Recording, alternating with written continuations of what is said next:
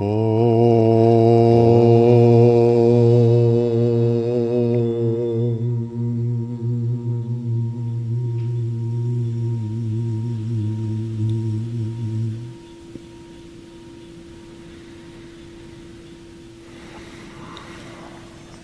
right, let's do it.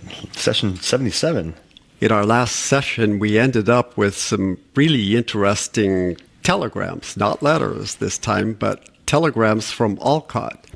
And if you haven't watched it yet, go back and watch the last few minutes of session 76, because that will set the stage for the few comments that we have right now. Damodar had disappeared, as we learned, and as it turned out, it was to go to the ashram, or one of the ashrams of his teacher, who was K.H., and he was under training for 2.5 days. After he came back, he was told by K.H. to share parts of this story in the Theosophist, which he did. Well, it was, of course, picked up by the Spiritualists and by the missionaries. We're going to learn a little bit about who the missionaries are that are starting to cause trouble.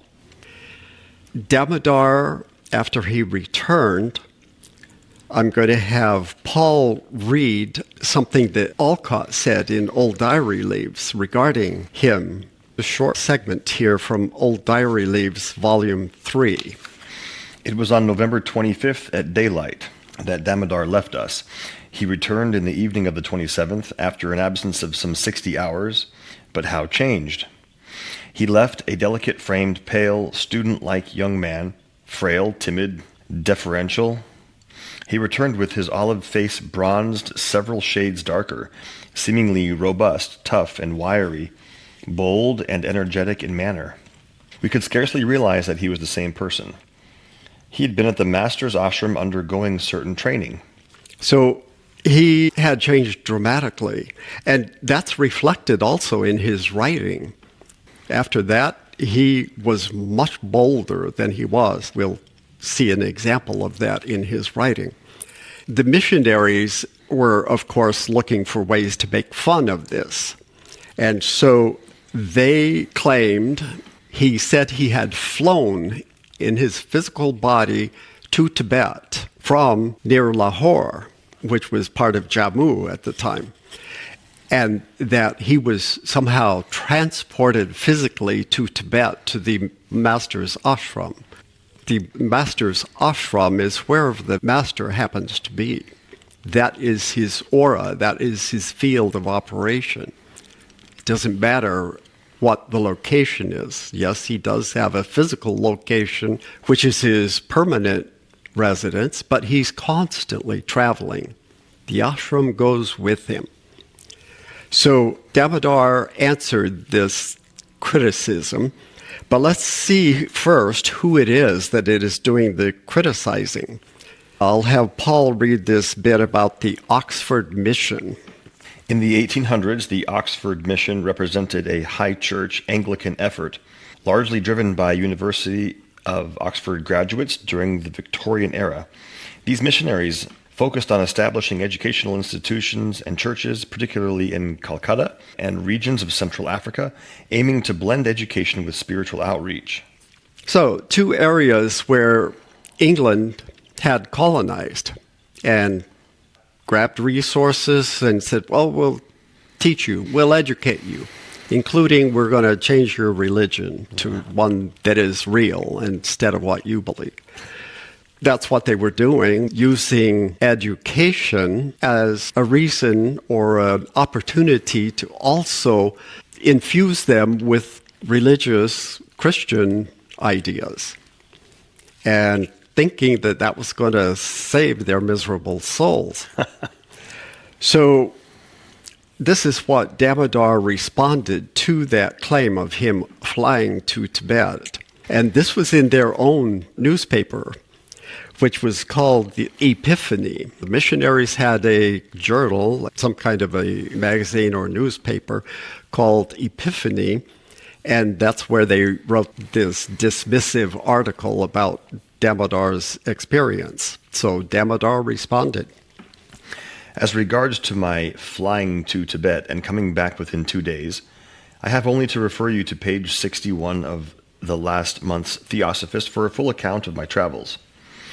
All I have to add is that, in all my experience of occultism, I have never heard of any man being able to fly in his physical body, and that, upon my return to Jammu, I distinctly told the inquirers there that I had gone to a place within His Highness's dominions, but that, for certain reasons, I could not give its name or exact location. And by His Highness, he meant the Raja of Kashmir, because the Raja of Kashmir had actually invited Alcott to stay with him for several days and treated him like a royal visitor. But he had another objective in mind, because he was ill and he wanted Alcott to heal him. This was after Alcott had been forbidden to do that. So he had to get special permission from Maurya, his own guru, to do that, but it was very much restricted as to what he could do. It had to be just a short effort, but he was to train someone in the Raja's entourage who he thought might be able to continue the treatments. If that is twisted to mean what is put forth by the Jammu correspondent of your contemporary, then I only pity the writer's mental condition. This is an example of his being a little more direct. Yeah. These facts about Colonel Alcott's mesmeric treatment of His Highness and my going away are enough to show the mischievously foolish character of the writer's inventions. Malice and envy can disfigure facts and make white appear black and vice versa. He's pretty eloquent. Yes, he's a very good writer. Wow. KH could take lessons from him. That's very good, yeah. No, KH is really good at certain things. What we realize after reading so many of his letters is that he was really trying to appeal to the upper class in England, the society people, the highly educated, the professionals. If he could get them, even a few of them, to accept his teachings and to actually live the life, then that would be an excellent example. That's why he put so much effort into training Sinnett. He just needed one really good example. So he was trying to appeal to them by using their own metaphors, their own style of language, which was very flowery and filled with references to current events and authors and notable people in the world.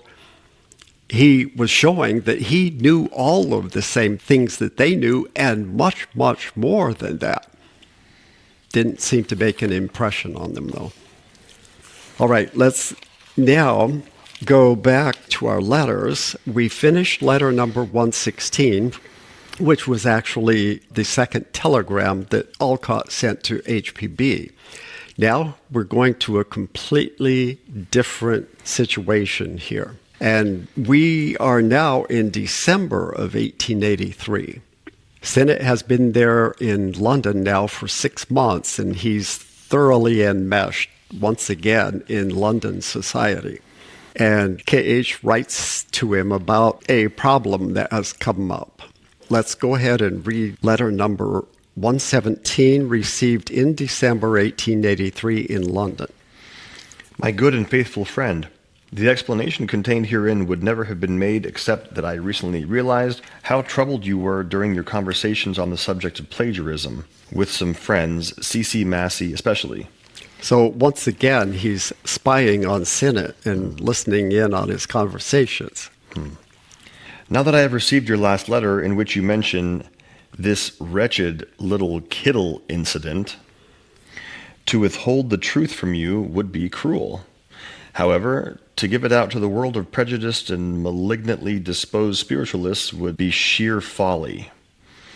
Therefore, we must compromise. I must put you under a pledge never to explain to anyone, without my permission, the facts herein stated, not even to Stainton Moses and C.C. Massey, for reasons I will mention presently and which you will readily understand. If pressed by any of them, you may simply answer that the, quote, psychological mystery was cleared up to you and some other people, and if you are satisfied, you may add that, quote, the parallel passages can't be called plagiarism, or words to this effect. I give you carte blanche to say anything you like, even the reason why I would rather have the real facts withheld from the general public and most of the London members, all except the details you and a few others will know.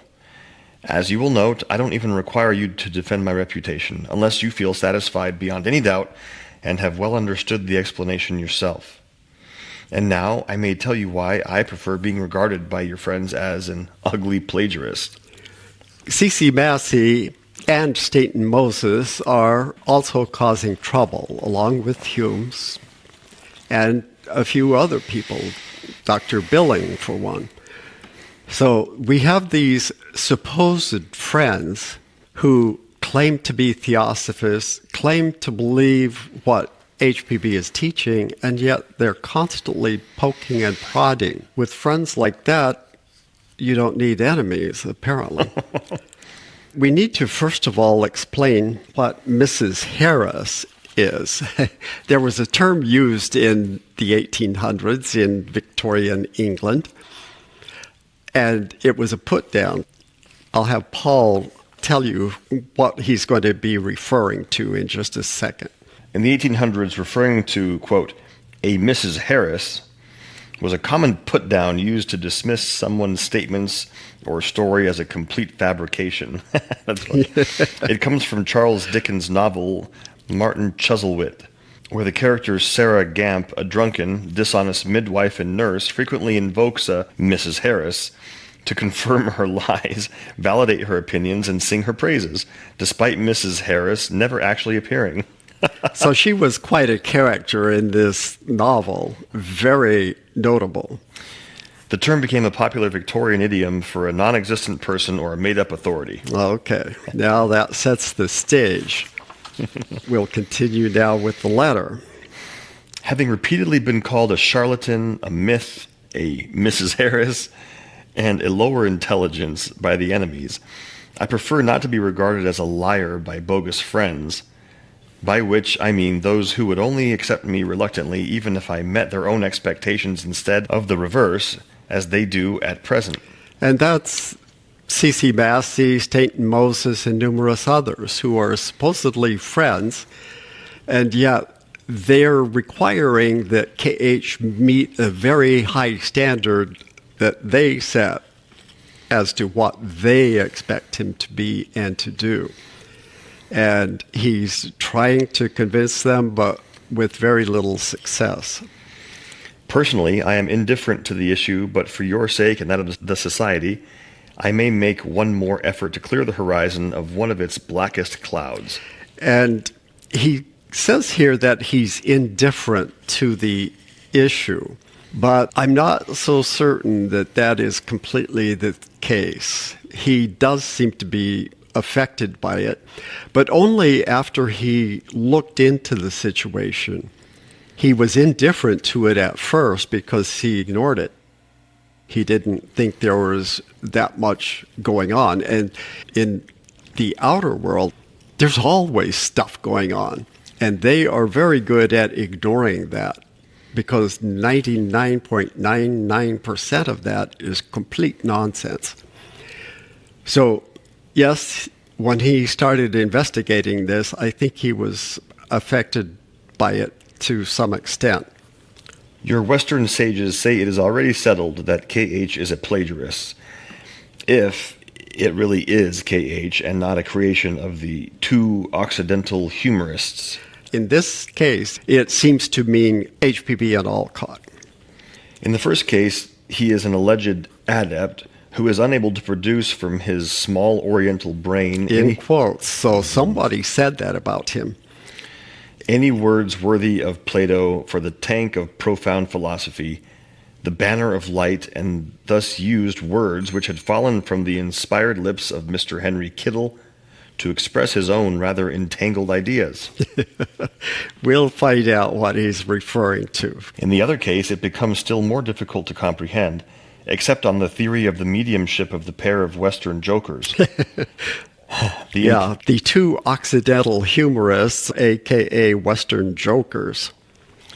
The impractical theory, yet these two have managed to maintain undetected for 5 years the fraud of impersonating several adepts, not one of which resembles any other, should turn to a journal like the Banner of Light for a bit of plagiarism and pilfered borrowed sentences from the discourse of a conspicuous new convert.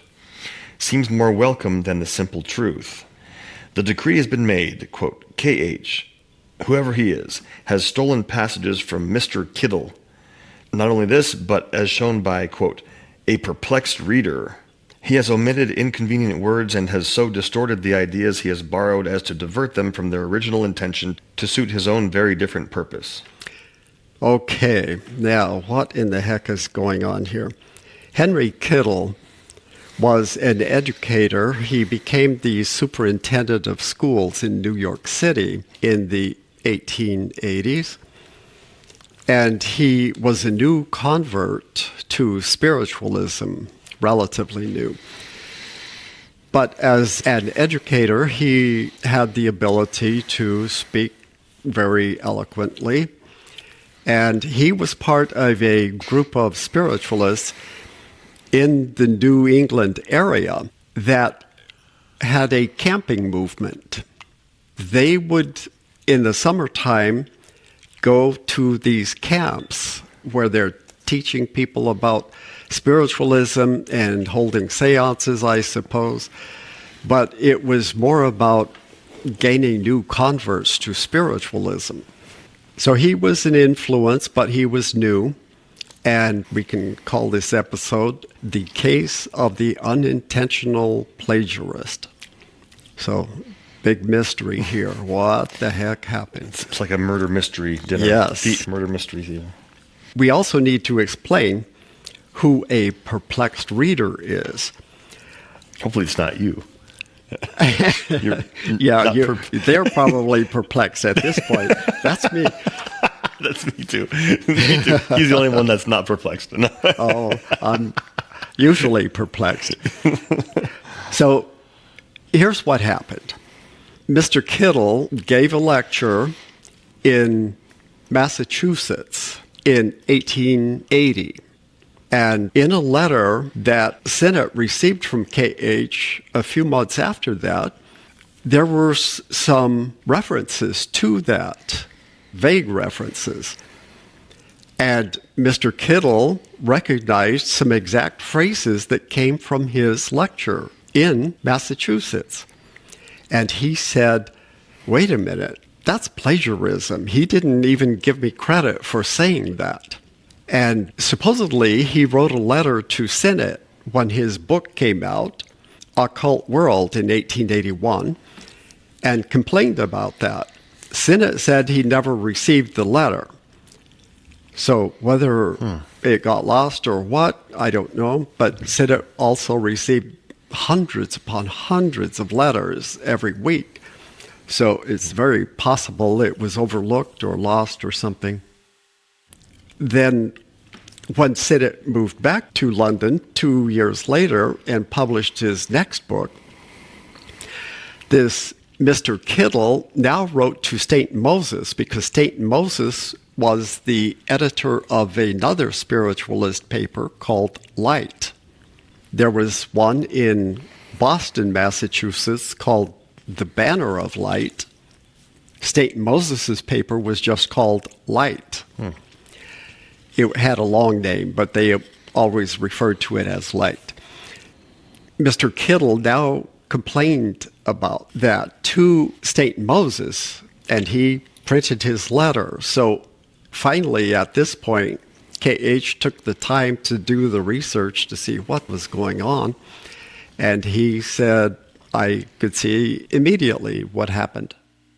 We're going to find that out. But let's see what a perplexed reader said. After Mr. Kiddle wrote his letter to Light, another person wrote in responding to that letter. Go ahead and read what a perplexed reader said. I am still more perplexed, if possible, by Mr. Sinnett's reply to Mr. Kiddle. That latter gentleman places side by side two passages from which it appears that Mr. Sinnett's invisible instructor has committed a very manifest act of plagiarism. Not only this, but he has omitted inconvenient words and has so distorted the ideas he has borrowed as to divert them from their original intention to suit his own very different purpose. And that's what Cage just quoted. Yeah. Mr. Sinnett, like the rest of us, knows nothing of his instructor beyond his instructions. Yet he regards what I suppose everybody else will consider a very grave charge, one which, unless disproved, strikes at the very root of the pretensions of the adepts as, quote, trivial, quote, rather out of date now, and merely ridiculous. That does indeed perplex and surprise me. Okay, so let's see what Mr. K.H. has to say about this. Well, to this I might answer that if what constitutes plagiarism is a borrowing of ideas rather than of words and sentences, then there was none, and I stand acquitted by my own accusers.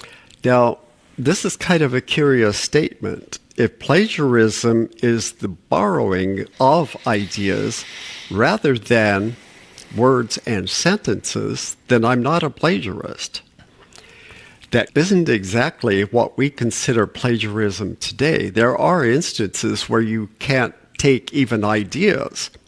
That would be like taking the character of a Mrs. Gamp and changing the name, but having her say exactly the sort of things that Mrs. Gamp said. That's one type of plagiarism. Or a patent issue, if you have an idea. Yes, or an entire novel.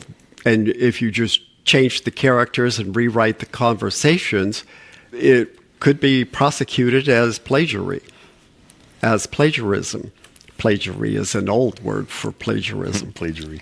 So, yeah, I'm not sure, but he's got an authority that he's going to quote. Let's see who his authority is.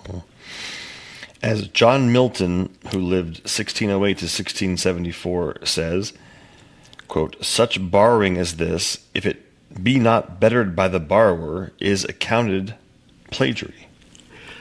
According to John Milton, famous author from the 1600s, if you borrow it but you don't make it any better, then that's plagiarism today.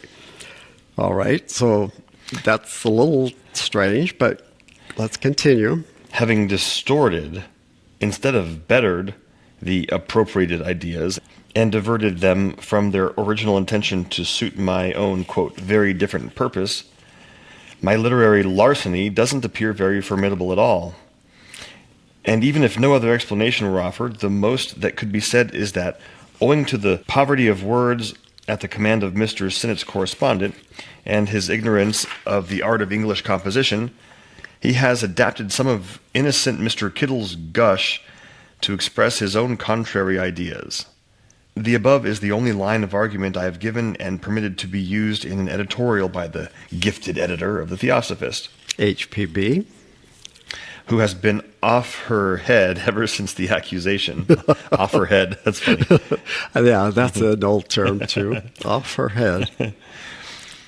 Woman is truly a dreadful calamity in this fifth race. Now, we can't accuse KH of being politically correct, but he is, remember, also a product of the Victorian era where patriarchy reigned and women were to know their place. So we still see that the Mahatmas also have room for growth. Dang. Okay. However, to you and a few others whom you have permission to select among your most trusted theosophists, taking care to pledge them first by word of honor to keep the little revelation to themselves, I will now explain the real facts of this, quote, very puzzling psychological mystery. The solution is so simple and the circumstances so amusing that I laughed when my attention was drawn to it some time later. I would be inclined to smile even now if I weren't aware of the pain it gives to some real friends. If it weren't for his love of all people, and especially those who are trying to promote the teachings he's giving out, they're the ones who are receiving all the flack, and especially HPB. It's just wearing her down. And as he says, causing her to be off her head. He said if it weren't for the fact that it was causing real pain to some dear friends of mine, I would ignore it. But in this case, I need to at least try to put their minds at ease that I am not the evil person people say I am. The letter in question was composed by me while on a journey on horseback. It was dictated mentally in the direction of and precipitated by a young chela who was not yet expert at this branch of psychic chemistry. Ooh, psychic chemistry, that's cool. Yes. And who had to transcribe it from the barely visible imprint. Wow. We're going to get a really good lesson on thought transfer. Wow, cool. Half of it, therefore, was omitted and the other half more or less distorted by the chela. Oh my gosh, he didn't, verify it somehow? Well, let's see. Okay.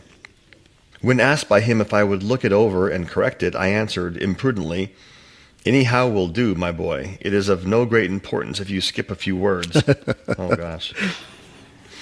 I was physically very tired by a ride of 48 hours and half asleep. Besides, I had very important business to attend to psychically, and therefore little remained of me to devote to that letter. It was doomed, I suppose.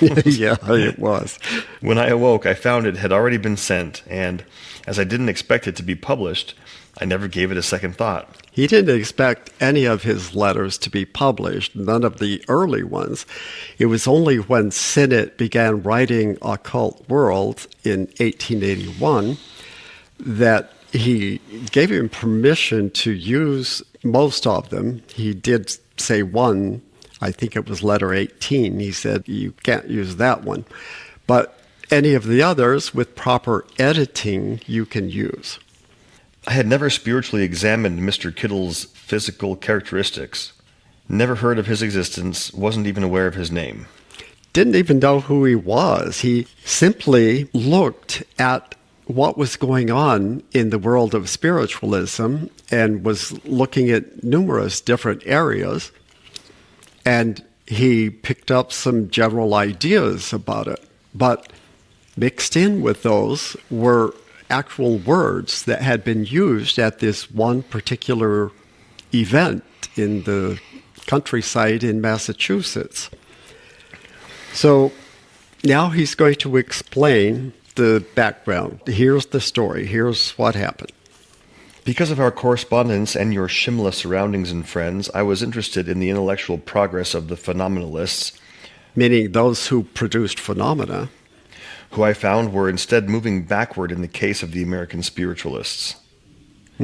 So they weren't moving forward, they were actually moving backward. In terms of their spiritual growth? I'm not sure exactly what he meant, but it could mean as far as actually producing phenomena. They were getting worse, not better. 2 months previously, I had directed my attention to their great annual camping events, including at Lake Pleasant, Massachusetts. Now, some students have confused that and thought that that was in New York, upper New York state, but it wasn't. It was in Massachusetts. Some of the curious ideas representing the general hopes and aspirations of the American spiritualists remained impressed in my memory, and I remembered only these ideas and detached phrases, quite apart from the personalities of those who spoke them. Hence, my entire ignorance of the lecturer whom I have innocently defrauded, as it would appear, and who now raises an outcry. Yeah. If I had dictated my letter in the form it now appears in print, it would certainly look suspicious, and though far from what is generally called plagiarism, still, in the absence of any quotation marks, it would lay a foundation for censure.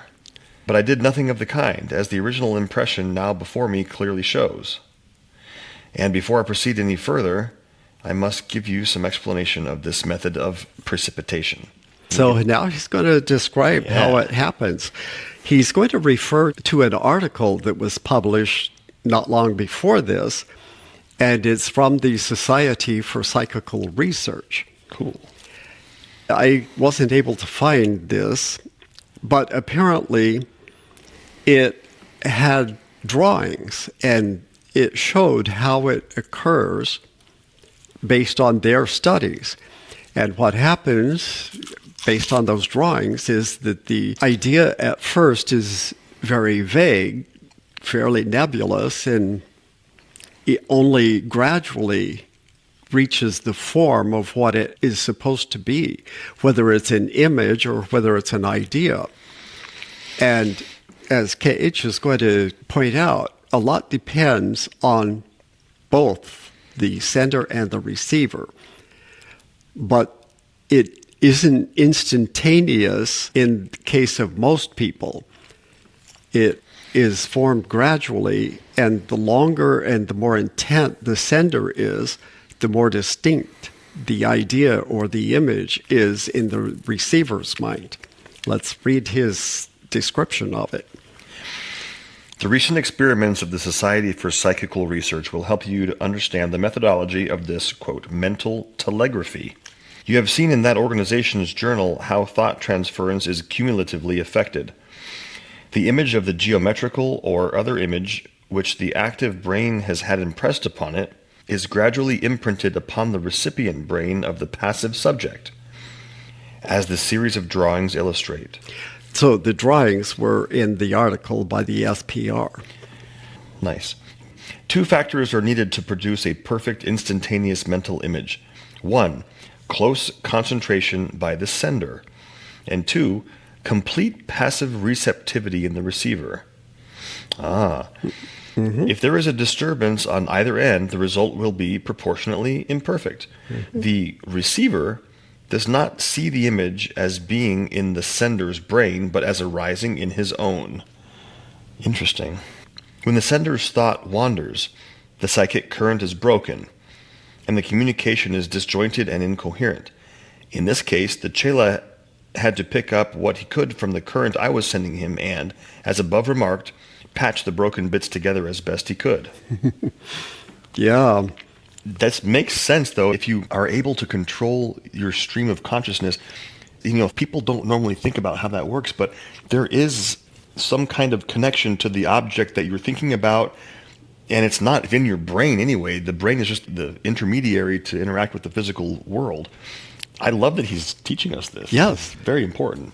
Yes. So when he sends it, it has to be very clear from that point. But then the receiver also has to be completely receptive without being distracted or thinking of anything else.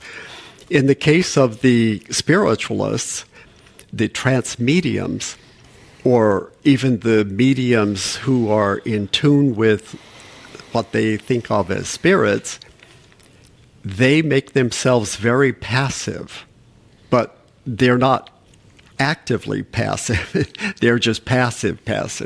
They're just blank. They're just like, whoever is sending, please, I'm here ready to receive. For those of us who study meditation and practice meditation, it's hard to do that. Most people that I know who meditate need to focus on something, and that's what concentration actually is. How do you concentrate on being blank? That's hard. So I wonder what the passive mind, the recipient, I wonder what that person is being asked to focus on. They're trained, apparently, from what we hear here, that they, first of all, receive a signal. Okay. Now, he doesn't say that, but Okay. HPB and those who were around her, Like a test signal or like a little like introductory. even like a little bell, which a lot of people could hear. They could sometimes hear that. Physically. Or they would see that she all of a sudden changed demeanor. And It's almost like a door knock, like, hey, I'm here. yeah, and sure enough, she would say, I have to go in the other room and attend to some business, because it was like, if you're sending a telegram, you have to first get the attention of the receiver. Right. Ding dong. And then, in their case, It's not just openness for whatever comes. It's like, okay, this is my guru that's got something for me. And then they're in a very different state of mind. They're trained to do that. Very much so, and it takes work to keep the mind focused. It says if there's a disturbance or if the concentration is broken, then it becomes incoherent and disjointed. That does require practice, and that's exactly what meditation is, focusing your mind on something. And being passive, though. So it's just interesting because when you attempt to become passive, of course, most people that don't practice meditation, they're going to think, okay, well, what is that? How do I do that? Do I just think I'm open, or do I open my arms, or how do I become passive but also keep my mind from not wandering, which requires something to focus the mind on? It's rhetorical, but keeping the mind from wandering means keeping it focused, right, by very nature, on something. For us, the goal of meditation, without having a direct access to a guru, means learning to control your thoughts more than anything else. And this is where, we'll talk about the subject later, brahmacharya comes in, purity. That's how you control your thoughts. If you don't have discernment, and if you don't have purity in all of your vehicles, then you're not going to be a good chela. You're going to fail. The good chelas, the ones who just go like Damodar, are absolutely pure in their physical, emotional, and lower mental bodies. And they become perfect receptors. They are perfect outposts for the Mahatma. Mm-hmm. And that's who they are looking for, candidates that can do that.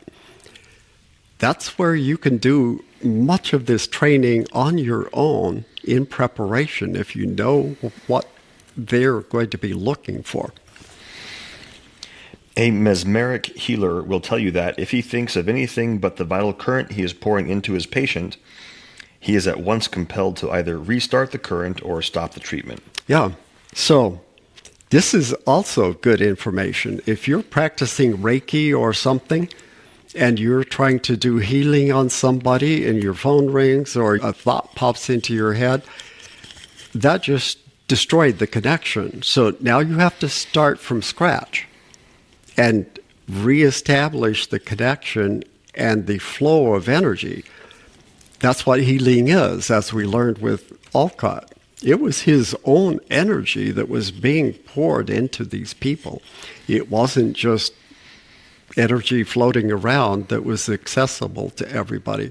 It's your own vital energy that you're using if you're a healer. So in this instance, having at the moment more vividly in my mind the psychic diagnosis of current spiritualistic thought, of which the Lake Pleasant speech was one marked symptom, I unwittingly transferred that memory more vividly than my own deductions from it.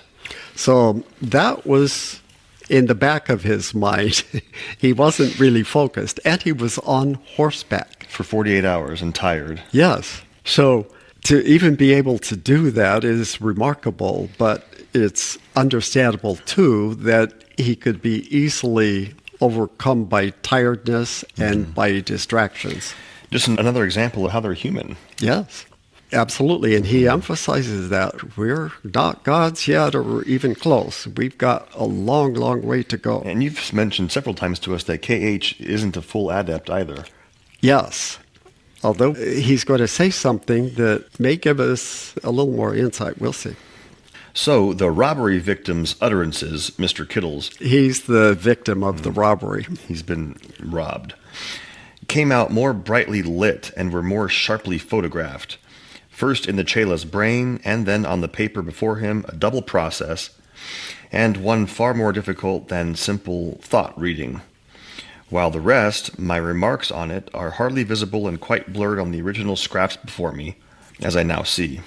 And this is interesting because the fact that he had to not only receive the message, but then transmit it to paper is that much more difficult. Mm-hmm. It's one thing to get a general idea about the situation and have the chela transfer that to the recipient and say, okay, this is what I kind of got as a message for you. That would be one thing. But when it's specific words that you receive in sequence and then reproduce on paper, that's extremely difficult. KH probably learned a lesson here because there were several factors at play going on.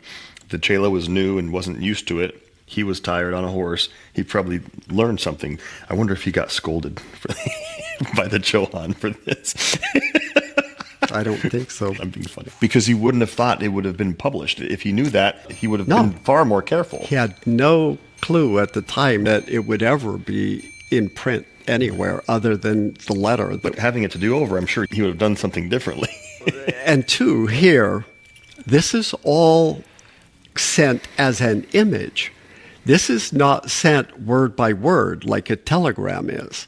It's not like the receiver is saying, okay, start the sending, and each word is sent individually. He has used the word image, but isn't it true that everyone is psychic? Clairvoyance for sure appears as images, but is it actually a visual type of thing that is being received always, or is it a knowingness, like just an awareness? Both, It's but both. it depends on the intention. If the chela is supposed to write it in the form of a letter as a fax, then it's an image. In fact, if you send a fax to somebody, it is an image. And it transfers the whole thing. Even though it's line by line, it transfers the image virtually exactly like it originally existed. Well, that's clearly only one way. He chose that method with this chela, but he could have also given him the idea of the information.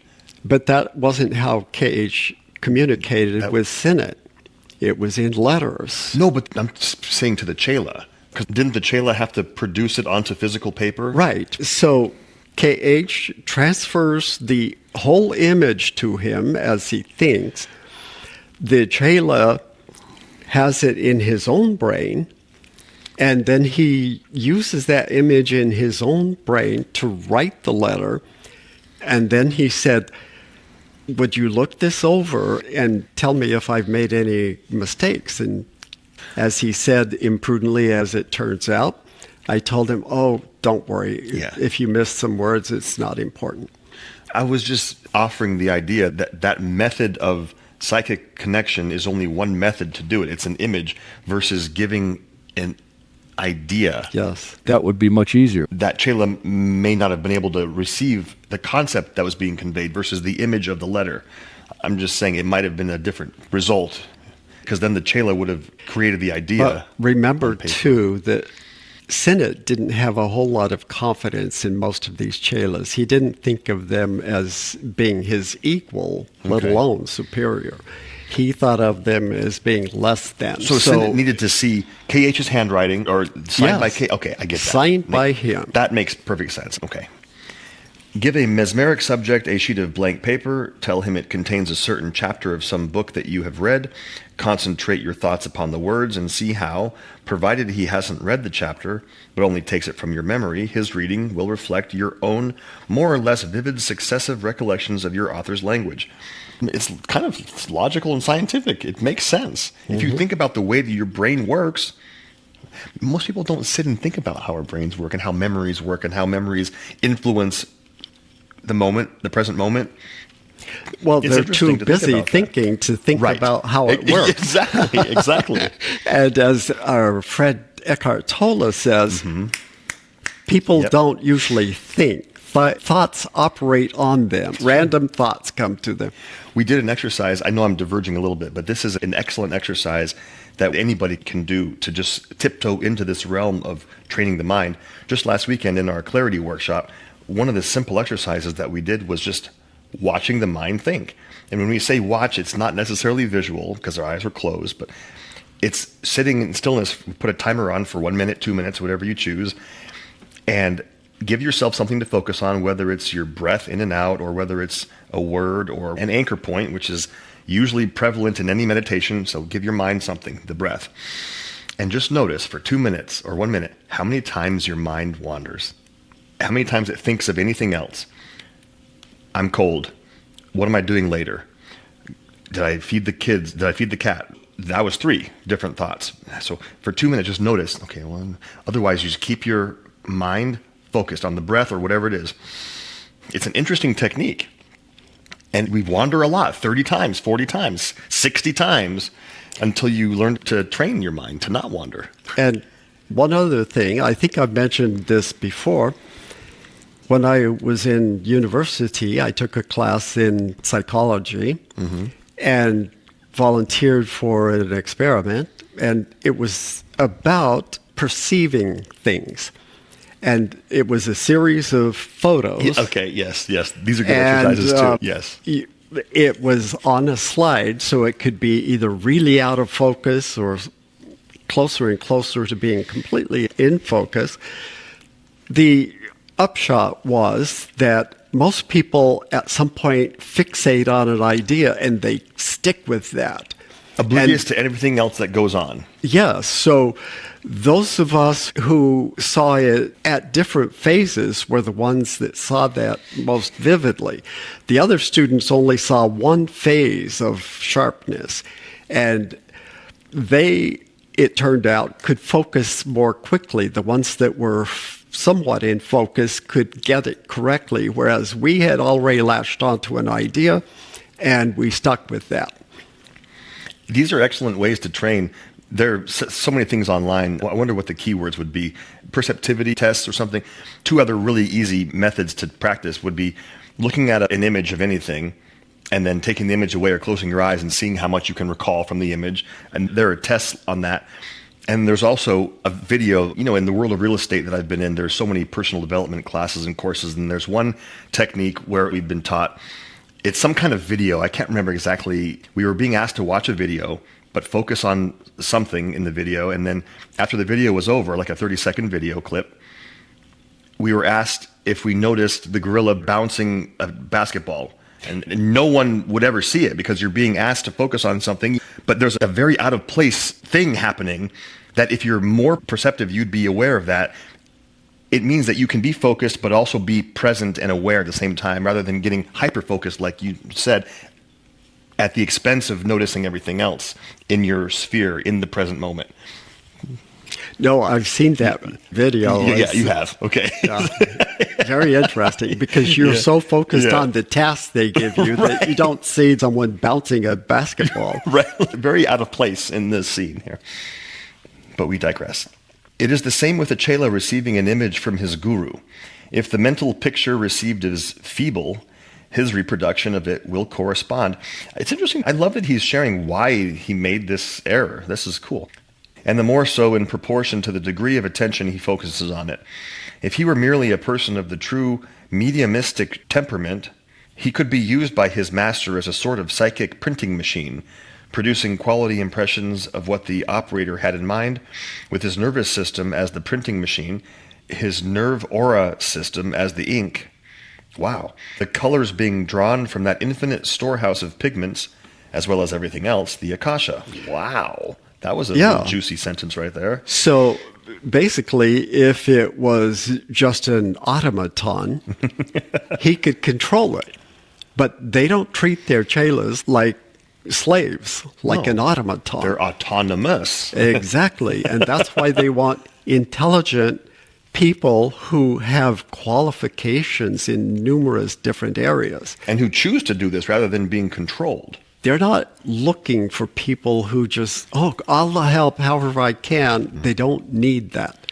They need qualified people who are trainable and already have lots of things to contribute to their operation. The recipient's nervous system is the printing machine. The nerve aura system is the ink. Yeah, I'm not sure how that works. Because aura implies like etheric body or pranamaya kosha, which isn't physical. So how's that the ink? Interesting. The colors being drawn from that infinite storehouse of pigments, the akasha. Wow. Okay. But the medium and the chela are completely different. The chela acts consciously except under exceptional circumstances during training, which I won't dwell upon here. That's what you just said. Consciously, not just being controlled, unless they're being a vehicle for the master to occupy. Right. So that's a different state. Right. They have to be passive, yet completely conscious. The medium is basically unconscious and completely receptive. Just, I'm here, give it to me.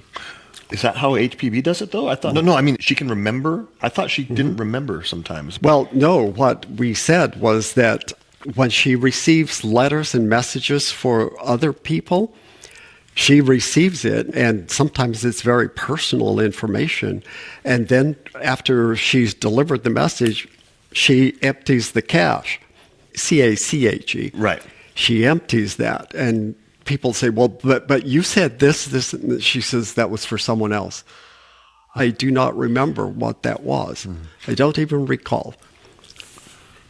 They would never occupy her body, though, and speak, and she would be just unconscious. No. She, in fact, described it. She said, it's as if I am standing next to them. Fully aware. Completely aware of everything that's happening. Yes, I do Never, ever was she unconscious. There's probably reasons for that, yeah. Well, as soon as I heard of the charge of plagiarism, the commotion among my defenders, having reached me across the eternal snows, I ordered an investigation into the original scraps of the impression. All right, let me look at the originals. I saw at one glance that I was the responsible party, the poor little boy having done only that which he was told to do. Well, not even in a high-quality way, though. Now, we actually find out who this poor little boy was. Oh, uh-oh. Not from him. He doesn't reveal it. Constance Wachtmeister inadvertently revealed who it was. Oh. A few years later. But he's a chela, this little boy, or he was at the time. Yes. His name is Babaji. Oh. Yes, Babaji. The little boy, he's very small. And yes, it ended up being Babaji, who we will hear about in the future. But that's who was in training and who messed this up so badly. But it wasn't his fault, and KH says that I accept full responsibility. Having now restored the characters and the lines to their proper color and places, omitted and blurred beyond hope of recognition by anyone but their original creator, I now find my letter reading quite differently, as you will see. Turning to page 149 in the first edition copy of The Occult World you sent me, I was struck, upon reading it carefully, by the great discrepancy between the sentences, a gap of ideas between part 1, from line 1 to line 25, and part 2, the so-called plagiarized portion. There seems no connection at all between the two. All right, yeah, he says, holy Toledo, as soon as I saw that, this makes no sense. Of course they're upset about it. Mm-hmm. What does the determination of our chiefs have to do with Plato's ideas which, quote, rule the world, or, quote, practical brotherhood of humanity? Yeah, so when he looked at the meaning and the phrasing, he's like, this is not coherent at all, exactly. I fear that it is only your personal friendship for me that has blinded you to the discrepancy and disconnect of ideas. Otherwise, you could not have failed to perceive that something was wrong on that page, that there was a glaring defect in the continuity. Moreover, I have to plead guilty to another sin. Oh, not another one. I never even looked at my letters in print until the day I was forced to investigate this matter. Oh, he's going to reveal something. I had read only your own original matter, feeling it a waste of time to go over my hurried bits and scraps of thought. But now I have to ask you to read the passages as they were originally intended by me, so you can make the comparison with the occult world before you. When Sinnott was writing his book, The Occult World, KH said, well, I already know what I said, so I'm not going to review that. He only looked at Sinnott's actual writing himself and didn't see any glaring problems. So he did not read it carefully. And you can imagine the amount of material that an adept reads. Oh, yeah. Hundreds of times what any one of us can read, plus numerous other activities unfathomable by us. So, yeah, they are way ahead of us in being able to access information and comprehend it. This one time I transcribed them with my own hand, whereas the letter in your possession, which was number 12 in our series, was written by the chela. I ask you also to compare this handwriting with that of some of the earlier letters you received from me. Bear in mind also the old lady's emphatic denial at Shimla that my first letter had ever been written by myself. I felt annoyed at her gossiping remarks at the time. It may serve a good purpose now. Yeah, so apparently she said, no, this is not K.H.'s actual handwriting. It's the handwriting of a chela writing on his behalf. Yes, it resembles it, but it's not exactly the same. I actually looked at those on the Theosophy Wiki page, but it's hard to tell a big difference. I think there is a difference, but they're photographed very differently in different light and in different resolutions even, I think. Well, not resolution because they didn't have digital cameras in those days. But whoever photographed them, it was many, many decades ago. And the equipment they had was not nearly as good as what we have today. Those are the only images we have of those letters. But there is a difference between the handwriting in this particular letter and that first letter, which was letter number 1. Alas, by no means are we all gods, especially when you remember that, since the golden days of the impressions and precipitations, K.H. has been born into a new and higher light, and even that one is in no way the most dazzling to be acquired on this earth. He drops these little, profound pieces of information in just like a casual sentence. Yeah. He has transformed immensely in 3 years. K.H. has. Yeah. Sinnett, maybe this much in comparison to what K.H. has transformed. Whether or not he's a Chohan, I don't know. He may have become a Chohan. Remember, after his 84-day samadhi, he was very different. And that may be what he's referring to.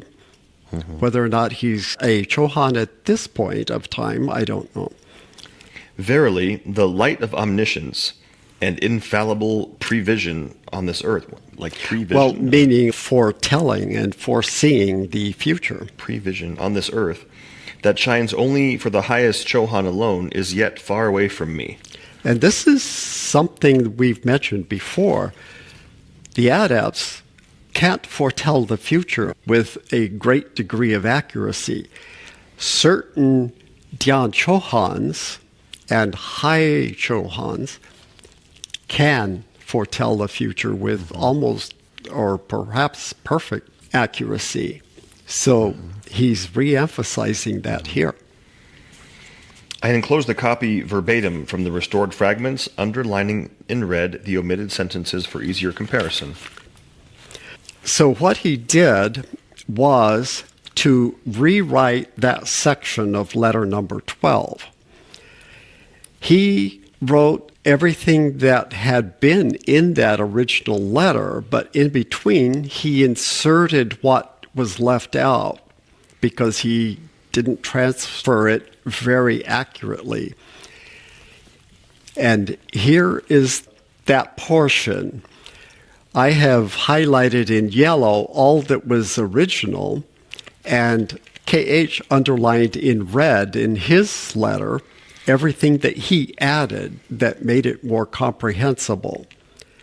We're not going to go over this word by word. It's extremely complicated, and if you want to spend the time, we will have that section as a resource on Paul's website, and we'll put the link for it. You can look at it yourself and spend hours and hours comparing the two and see what was left out, what Babaji was able to receive, and that part was quite accurate, but it was only a fraction of the total amount. A very very interesting episode. That's the end of this exciting episode, The Mystery of the Inadvertent Plagiarist. And K.H. said, mea culpa. This is very important. If he's wrong, he admits he's wrong. HPB was the same way. She was not averse to admitting when she was at fault.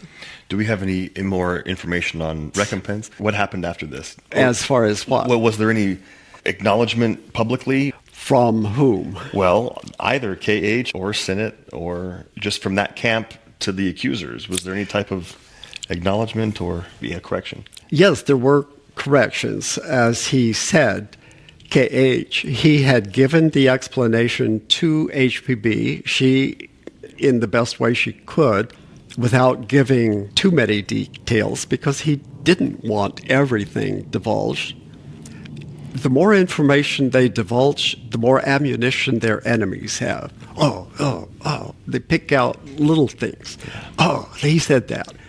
And he knew that was going to be a problem. So he gave the overall explanation to her. She wrote it.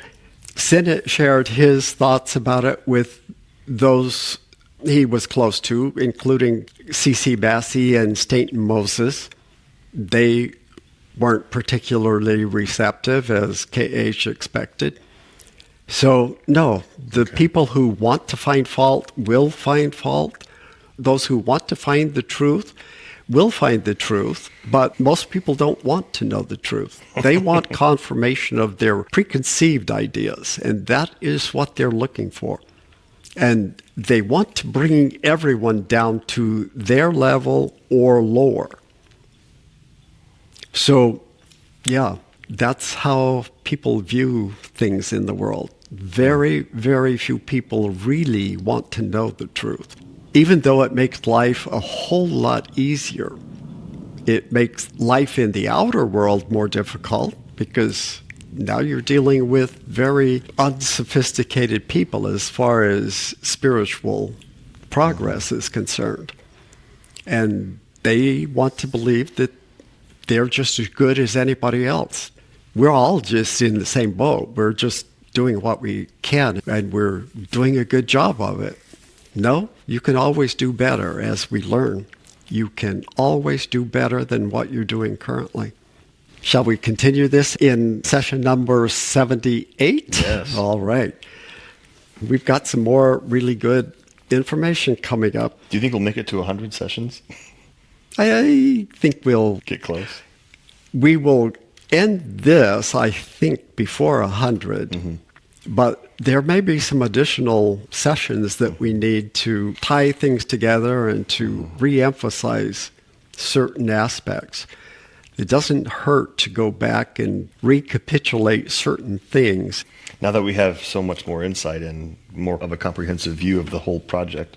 Exactly that. Mm-hmm. As we go, we accumulate more and more experience, not just information, but personal experience. True. By having observed how that works in the world. Things might make more sense now that we know how it ended up, and using our knowledge of current day and seeing, it's going to be very interesting to see how it concludes. It's just like HPB. When she wrote Isis Unveiled in 1877, published it, it was very inexpert and was just tentative in sharing some of the teachings of the Mahatmas. So they wanted very much to rewrite that, to redeem themselves, as they said. So then she wrote The Secret Doctrine, and I'm sure that she would like to rewrite that, or one of the Mahatmas would like to rewrite that again. And they will at some point. Mm-hmm. It's all the same information. It's ancient wisdom teachings. And each time we get a new iteration of it, we get greater insight. But in the meantime, we have grown. That's the point. If we're not growing, we don't deserve more information. All right. We'll see you in session number 78. Thank you for staying with us all this time. Good job.